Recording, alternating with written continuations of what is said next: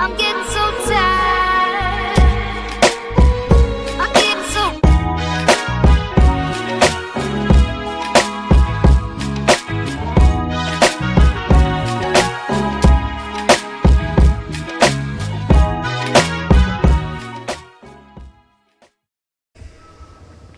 Y'all know what's going on. It's time for another episode of Doing Time with Joe. I'm your host, Joe Baker, and welcome to the show, y'all.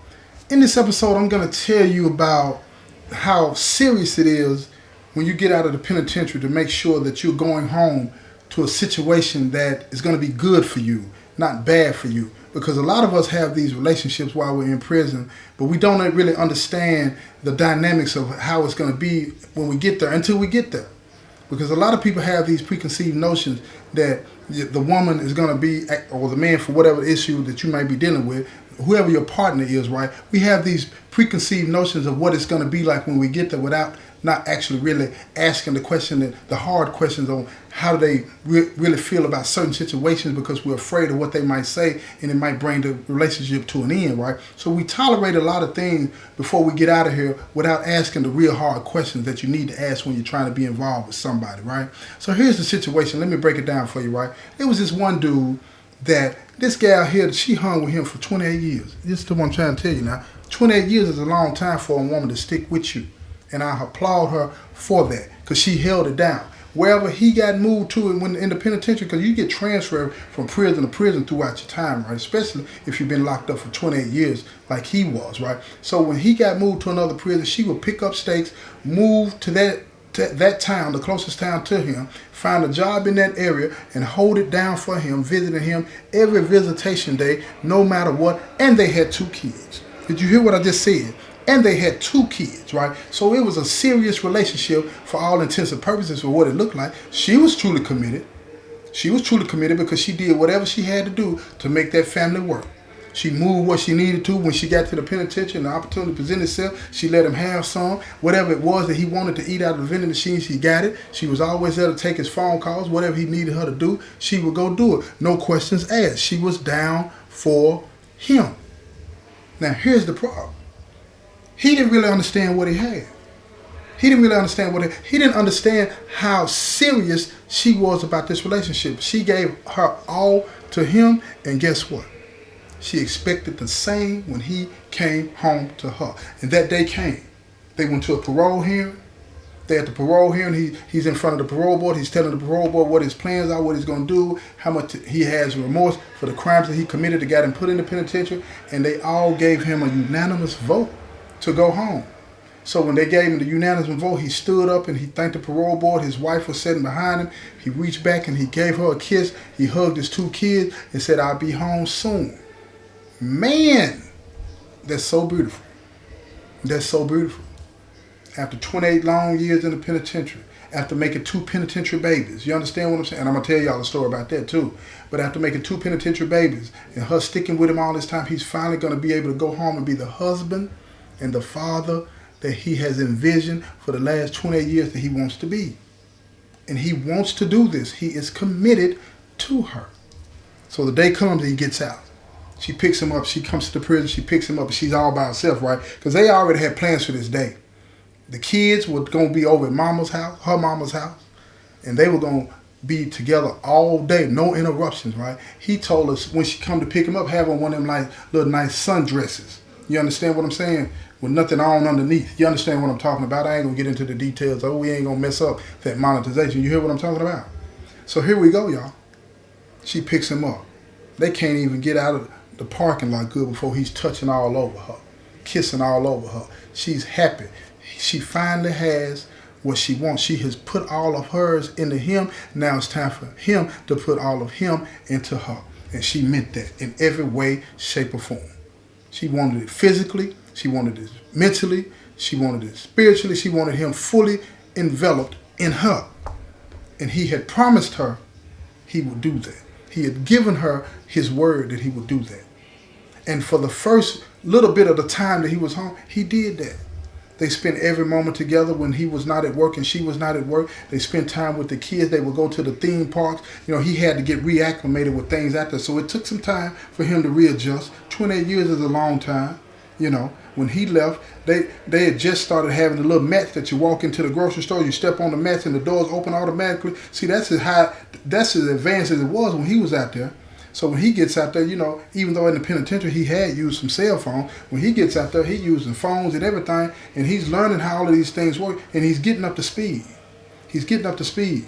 Now, he got him a little Facebook and all this stuff going on right now. While he's on Facebook, a lot of the people that he went to school with that hadn't seen him in all these years, these over 2 decades, almost 3 decades, they're reaching out, hey, how you doing? Glad you're home. How you doing? How you doing? And then when he was out on the streets, when he was in school, he was a ladies' man. Oh, he had a lot of female friends. So a lot of female friends that was on his Facebook, he's accepting them as friends. He doesn't understand what's really going on because he's accepting anybody that sends him an invitation. Now, at the same time, his wife, that's held it down for him for 28 years, she's also a friend on his Facebook, so she can see all the friends he has and all the people he's befriended, and she can also read some of the comments that they're making. And she got the code to his phone, so she's checking his phone in the middle of the night while he's asleep to make sure that he's not doing anything that he ain't got no business doing. So she starts to notice that he's talking to these women a little bit more than what she's comfortable with. It's not anything inappropriate being said, but she's listening in to see what's going on with him. Right, what she's looking, and she's not listening, but she's looking. And she's seeing that he's talking to these individuals. He's talking to men too, but she don't like the fact that he's talking to other women. She feels like that these 28 years that she hasn't been talking to another man, he needs to do the same thing for her and not be talking to no other women, especially without her knowing about it.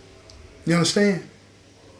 So she tells him, she said, look here, baby, I don't feel comfortable with you having female friends on Facebook. It's just not the right thing to do. And he looks at her and he thinks, he said, well, I grew up with these people. I know these people. There's nothing inappropriate going on, all this and all that, right? And she said, I understand, baby, but it don't make me feel good. She said, I gave you all of me. I want you to give me all of you. And he understood that. He respected that, right? You know what I'm saying? Because his wife, she was a beautiful woman. She was a beautiful woman, and she's done everything in her power the 28 years that he's been locked up to make him happy. So he felt like, yeah, I owe you that. And you got that. Don't even worry about that no more. You feel me? So he cut back on communicating with these females on Facebook and all of these other types of things, right? But he started to make friends at the work where he was at. You know, because they put him in they started him out as the janitor. You feel me? He moved up into the mail room because he worked in an office. He was very smart, but he had to get reacclimated with how things go. So they started him at the bottom and let him work his way up to the top. You know what I'm saying? So as he's moving around in this office space, right, he's getting to meet a lot of people, men and women, and he's just being friendly with them. So one day his wife comes to pick him up for lunch. She's going to take him out to eat for lunch. They did this once a week. And when they get ready to go, she comes into the building to let him know that she's there. She sees him talking to a group of people. It's men and women there. But it's like 2 women in this group, and they're all laughing and giggling and having just a good time. These are work colleagues. Everybody's laughing and having a good time. But she feels uncomfortable about this. She's looking and she's saying, wait a minute. I done had this talk with him. So when they get out into the car and they're pulling off, and she's driving, they're pulling off, they're getting ready to go. They're going to McDonald's to eat some little cheap meal, but real quick, just spend some time together. She reached back like a pimp, and she pops him in his face. And he leans toward the window and said, hold up, what you doing? And she said, I told you. Listen to him now. She got both hands on the steering wheel at this point, and she's looking straight forward. And she said, I told you about talking to these other women. I'm not going to put up with it. Now he's looking at her because he understands he's on parole. He better not put his hands on her. He put his hands on her, he's going back to the penitentiary. That's just simple as that. So he looked, he said, hold up though. Don't be putting your hands on me. She said, you mine, I do what I want to do. She said, you belong to me. I done gave you all of me, you going to give me all of you. And I'm not going to play with you about this. And then she turns and looks at him. And he's seen for the first time who she really is. She ain't playing with him. And then he started to think back at some of the phone conversations they used to have when he was in the penitentiary. She told him, she said, I don't play. And I don't expect nobody to play with me. I'm not going to put up with it. And at the time, you know, he played along with it. He said, that's what's up. I want me a woman that's serious about the relationship, all this and that, right? But then he didn't know she was this serious. He didn't know she was this serious. So he just set up and he's looking forward. He's looking out the window. He's watching. He's out his periphery. He's watching it because he don't know if she gonna smack him again. He don't know what's going on. They pull up at the McDonald's, and then they pull up in the parking lot of the McDonald's. They walk on the inside of McDonald's. They sit down on the inside of McDonald's. They eat, and then he's looking at her. She's talking to him like ain't nothing happened. Like ain't nothing happened. Like she just didn't smack him with the backhand at that, y'all. I'm talking about the knuckle sandwich, man, swinging hard. You know that distance ain't that far. Hey, how? Popped him down. They sitting there eating the Big Mac with the fries, with the ketchup and all this and that, right? Drinking the orange soda. And he's like, what is going on? What am I going to do? And then he gets up and he goes to the restroom and he notices his lip is cut on the inside where she smacked him.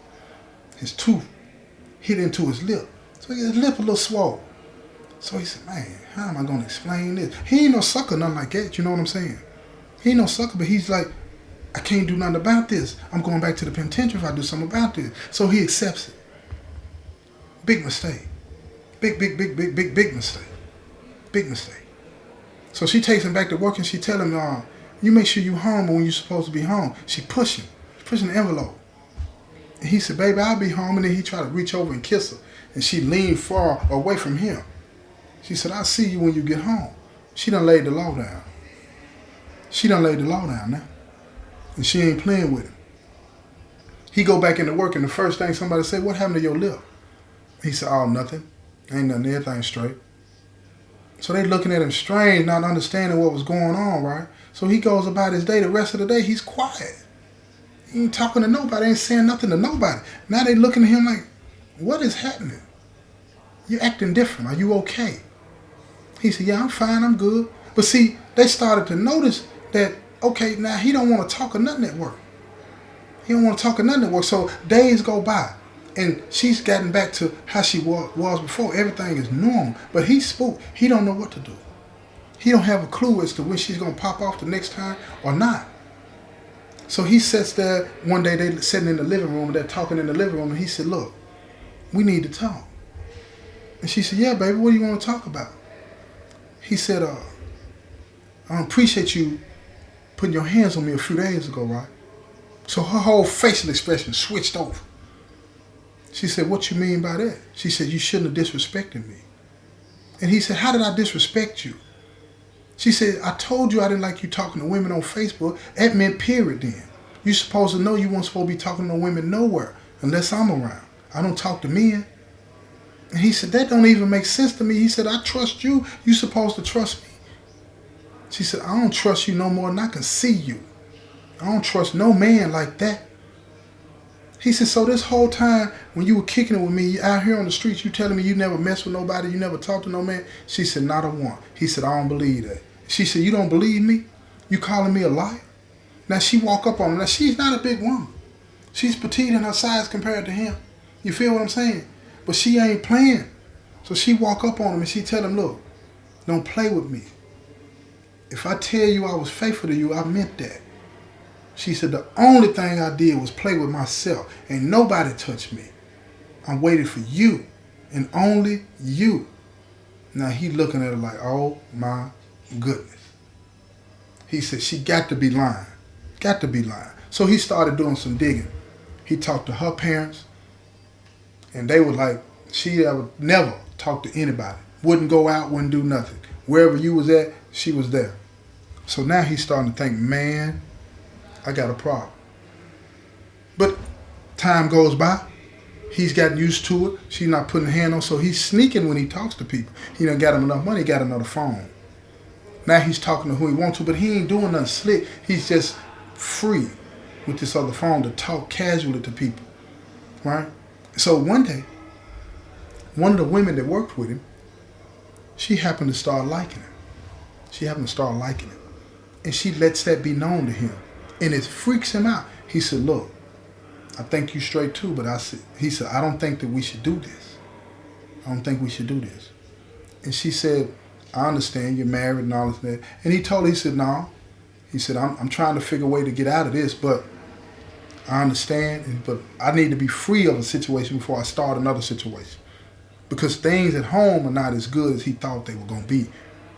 Because he's walking on eggshells when he's with her. So he just tells her, he said, look, if you're still around when I straighten out my situation over here, we can see where this goes. But until then, I think that it'd be best if you back off, because he's really scared that his wife will do something to her, because he know he got a firecracker. You feel me? So he goes home. Weeks go by. Now she's snooping around. She don't trust nobody. And she finds that phone. She gets in his car.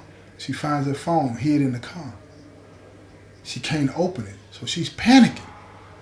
She's panicking. She tries every type of password to get in it. His birthday, the kid's birthday, his mom's birthday. She's trying everything and it won't open. And she loses her cool. And she storms back into the house. He's laying on the couch, looking at TV, looking at the basketball game. And she said, she throws the phone in his chest, said, open this up now. He looks at her and raises up. He said, what is this? She said, it's the phone that was in your car. Is this your phone or is it somebody else's phone? He looked at her and he raised all the way up now. He said, it's my phone. She said, what you need another phone for? He said, so I can have some privacy. She jumped on him immediately and started hitting him and scratching at him, right? He don't want to hit her back. He don't want to hit her back because he know what it's going to cost him. He don't want to do that. So he throws her off of him. And he puts the phone in his pocket and he rushes out of the house and jumps in the car and he drives away. And when he drives away, he called his parole officer. He tell his parole officer what's going on, what's been happening. And his parole officer, she said, look, you come down here tomorrow and we're going to see what we can do to get you away from there. But you cannot move from that area until it's approved. See, when you're on parole, you put in a house plan, right, a home plan. And that basically lets the parole board know where you're going to be living. You can't up and move when you want to. You got to let them know. They got to approve the area that you're going to. You understand what I'm saying? So he's stuck having to go back home because he can't be out all night either. He's still under some strict guidelines. So he goes back to the house. And he sees her sitting in the living room. And the living room dark. Ain't no lights on. The kids in the bed. He's scared to death. So he tries to walk by her real soft. She said, where you going? Where you think you going? He said, I'm going to bed. She said, where you been? He said, I've been out. And he tries to go up the steps. So she stands up. And when she stands up, she got all these scratches and bruises on her face. He said, what happened to you? And then she said, you did that. He said, what? She was like, yeah, you did that. If you try to leave me, I'm going to make sure you go back to prison. She said, that's just that on that. He said, I ain't touched you. He didn't understand. He didn't take her serious. He didn't take her serious. And I'm going to tell you something else. They real hard on that domestic violence out there, as they should be. Should have been a long time ago. Should have been a long time ago. And she done already snapped up and took pictures. So he took a hard look at her. These are real bruises. This ain't no makeup. These are real bruises. She done this to herself. She done took a picture. She said, you going to be mine, whether you like it or not. You done took 28 years of my life and give me 2 kids. You mine whether you like it or not. So he looking at her, he said, no, I'm leaving you. She said, you ain't going to never leave me, ever. Guess what she did, y'all? She done sent them pictures to the parole officer and told the parole officer she going to the police department tomorrow and take out charges for domestic abuse. He don't even know what's going to happen to him. The next day, police go to his work site, pick him up, and arrest him, charge him with domestic abuse. He swears up and down he didn't do it, but ain't nobody, I mean nobody, believing him. Nobody's listening to him. They lock him up straight away. Straight up. And when he went to his revocation hearing, the revocation hearing is when you go before the parole board, and they ask you about the charges and all this, and then they decide what they're going to do. And in his situation, they decide they're going to put off the violation of parole for now, but he had to stay in custody until the resolution of his case, right? So he's in jail for 6 months before he actually goes in front of a judge. When he goes in front of a judge, the judge asked him, does he want to go to trial and all this and that? He's like, yeah, I didn't do this. But the judge recommends to him to talk to his lawyer because it don't look good. It don't look good. Don't look good at all. So his lawyer tells him, he said, man, I believe that you didn't do this, but there's no proof that you didn't do this. And nobody's going to believe you. No jury's going to believe you. She got pictures. She got pictures. And you know what they did? He went to trial a little while later. They found him guilty for domestic assault and battery. send him back to the penitentiary.